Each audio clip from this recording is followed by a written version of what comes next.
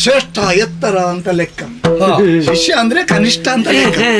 ಆದ್ದರಿಂದಲೇ ತಿಳಿದವರು ಗುರುವಿನ ವಿಚಾರವಾಗಿ ಏನಂದಿದ್ದಾರೆ? ಗುರು ಬ್ರಹ್ಮ, ಗುರು ವಿಷ್ಣು, ಗುರುರೇವ ಮಹೇಶ್ವರ, ಗುರು ಸಾಕ್ಷಾತ್ ಪರಬ್ರಹ್ಮ ತಸ್ಮೈ ಶ್ರೀ ಗುರವೇ ನಮಃ. ಕೆಲವು ವಿತರ್ಕಿಗಳೆಲ್ಲ ಅದಕ್ಕೊಂದು ತರ್ಕದ ಸರಣಿಯನ್ನು ಕೊಟ್ಟರು. ಹೇಗೆ? ಗುರು ಬ್ರಹ್ಮನು ಸೃಷ್ಟಿ ಯಾಕೆ ಮಾಡುವುದಿಲ್ಲ, ಗುರು ವಿಷ್ಣು ಪಾಲನೆ ಯಾಕೆ ಅವನಿಂದ ಸಾಧ್ಯ ಇಲ್ಲ, ಗುರು ಪರಮೇಶ್ವರನು ಲಯಕರ್ತಾರ ಅಲ್ಲಲ್ಲ. ಆಗ ಬುದ್ಧಿವಂತರು ಅದಕ್ಕೊಂದು ಸಮಾಧಾನವನ್ನು ಕೊಟ್ಟರು. ಹೇಗೆ? ಮಗುವಿನ ಬಗೆಯ ಭಾಂಡದಲ್ಲಿ ಅರಿವಿನ ಅಮೃತ ರಸವನ್ನು ಗುರು ಸೃಷ್ಟಿಸಿದ್ದಾನೆ. ಆದ್ದರಿಂದ ಬ್ರಹ್ಮನಂತೆ ಹಾಗೆ ಸೃಷ್ಟಿಸಲ್ಪಟ್ಟ ವಿದ್ಯೆಯನ್ನು, ಜ್ಞಾನವನ್ನು ಯಥಾಸ್ಥಿತಿಯಲ್ಲಿ ಕಾಪಿಡ್ತಾನೆ. ಎಲ್ಲಿಡ್ತಾನೆ?